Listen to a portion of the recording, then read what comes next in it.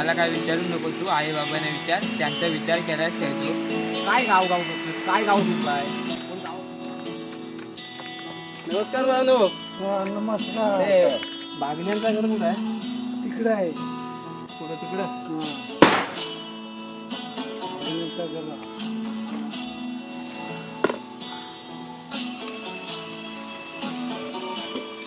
नमस्कार भावनो. नमस्कार नमस्कार नमस्कार नमस्कार नमस्कार.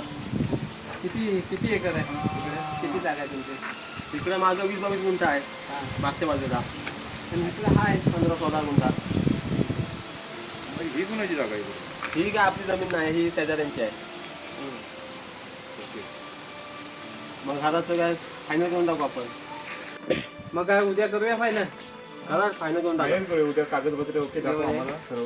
हे चिकू वगैरे तोडायला लागतील सर्व आपल्याला. नारळी बिरली तोडायला लागतील तुला. ते चिकू आणि नारळ आहेत ना, ते 2 दिवसामध्ये मी तोडून टाकतो. ती लिंबू पण तोडायला लागतो. लिंबू सगळं तोडून टाकतो मी. हे जर जागा व्यवस्थित करा. हा उद्या येतो मग आम्ही. हा उद्या या. ठीक आहे, उद्या बिल फायनल करू. उद्या सर्व कागदपत्र फायनल करून टाकू आपण. हो हो. ओके ठेवा सर. चला चला मग. कोण होते हे? ते पुणेकर होतं. कशाला आलं ते? आपल्या घराची जमीन विकायची आहे ना.